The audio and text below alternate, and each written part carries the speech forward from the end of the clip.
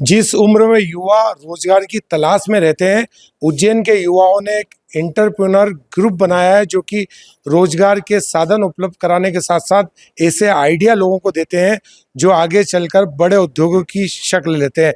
जो आयोजक है वो हमारे साथ हैं, हमारे साथ दिलीप परियानी जी हैं।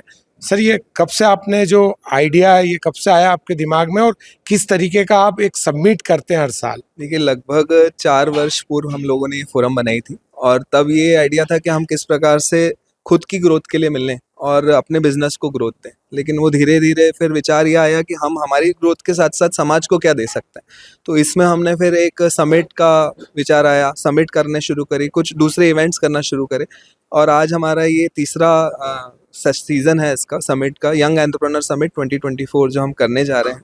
तो इस प्रकार से ये सब शुरू हुआ। कब रहेगा ये और इसमें क्या आइडिया आप जो है उद्योग से जुड़े लोगों को या जो नया उद्योग शुरू करने वाले हैं उन्हें किस तरीके से आइडिया देने वाले हैं आप? देखिए, ये 2 दिन का कार्यक्रम का आयोजन होने वाला है 21 और 22 दिसंबर को और इसमें अलग-अलग सेक्टर से अलग-अलग स्पीकर्स को हम लोगों ने बुलाया है जो कि उनके सेक्टर में एक्सपर्ट हैं। और जैसे मान लीजिए डेयरी इंडस्ट्री हो गई, कृषि हो गया, फार्मास्यूटिकल्स हो गया, जहाँ-जहाँ भी संभावनाएँ हैं, उनको किस प्रकार से ज़मीन पे उतारा जा सकता है, नए उद्यमी के लिए कितना मुश्किल होता है और उसकी राह को कैसे आसान किया जा सकता है, उस पे इन दोनों दिन पे विचार होगा। मध्य प्रदेश सरकार इन्वेस्टर सबमिट कर रही है लेकिन जो युवा है वो एक अलग ही कॉन्सेप्ट पे काम कर रहा है। ये जो अलग ही जो कॉन्सेप्ट है, इस कॉन्सेप्ट पे क्या फायदा युवाओं को होने वाला? जी जो इवेंट होने वाली है इसका यंग एंटरप्रेन्योरशिप समिट के नाम से है। इसमें मेन फोकस रहेगा कि युवा उद्यमी इस देश की तरक्की के लिए अपना उद्यम स्टार्ट करें। उनके पास अगर कुछ बेहतर बिजनेस प्लान है, वहाँ पे इन्वेस्टर्स अवेलेबल रहेंगे, वो अपने प्लान को वहाँ पे शो करें। अगर इन्वेस्टर्स को उनका प्लान अच्छा लगेगा, they can pitch into their plan. जी हाँ। ये बताएं आपके जो युवाओं को अभी रोजगार की एक बड़ी समस्या है।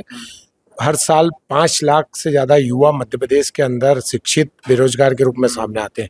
तो ये जो जिस तरीके का आप आयोजन कर रहे हैं तो क्या लगता है ये किस तरीके से बेरोजगारों के लिए एक वरदान साबित हो सकता है? आज की तारीख में रोजगार का जो हमारे पूरे देश में एक नया चलन शुरू हुआ है जिसका नाम है स्वरोजगार। हम लोगों का सिर्फ काम स्वरोजगार के ऊपर है कि हम लोगों को ऐसी चीज़ें सिखा सकें, ऐसे आइडियाज़ दे सकें और ऐसे एग्जीक्यूशन करने के तरीके बता सकें ताकि वो नौकरी की तलाश में ना जाए, नौकरी खुद प्रोड्यूस करने की कोशिश करें। आप किस तरीके का यहाँ पे जो इसमें पार्टिसिपेट कर रहे हैं तो किस भूमिका में पार्टिसिपेट कर रहे हैं?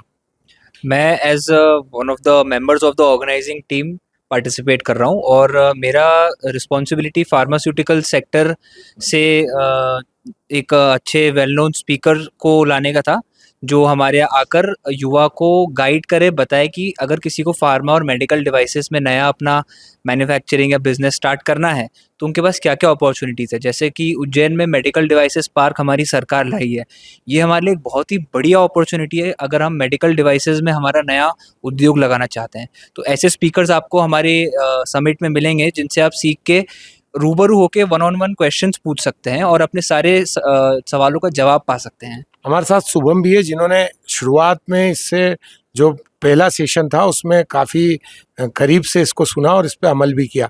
क्या प्रोग्रेस हुई इस पूरे सेशन को लेकर आपकी? वैसा है कि प्रदेश में हो रहे नवाचार को लेकर के जिस तरीके से हमारे यंग एंटरप्रेन्योर्स फोरम एक बढ़ावा दे रही है युवाओं को, वो बहुत ही प्रशंसनीय वाली बात है।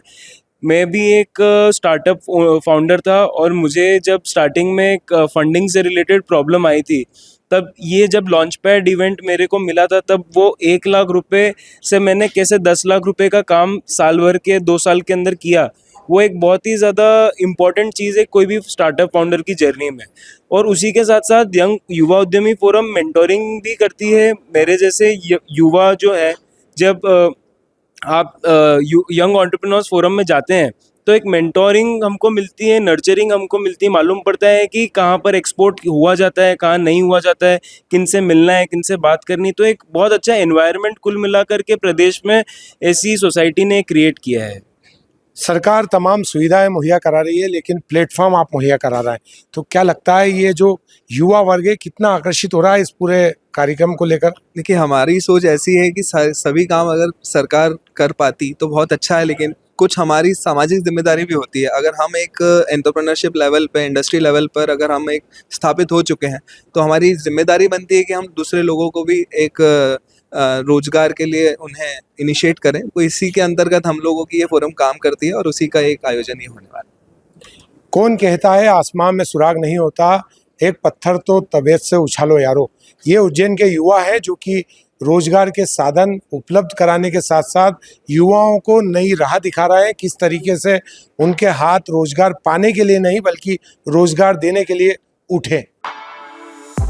For exclusive and insightful videos, subscribe to our new channel ABP Live Premium.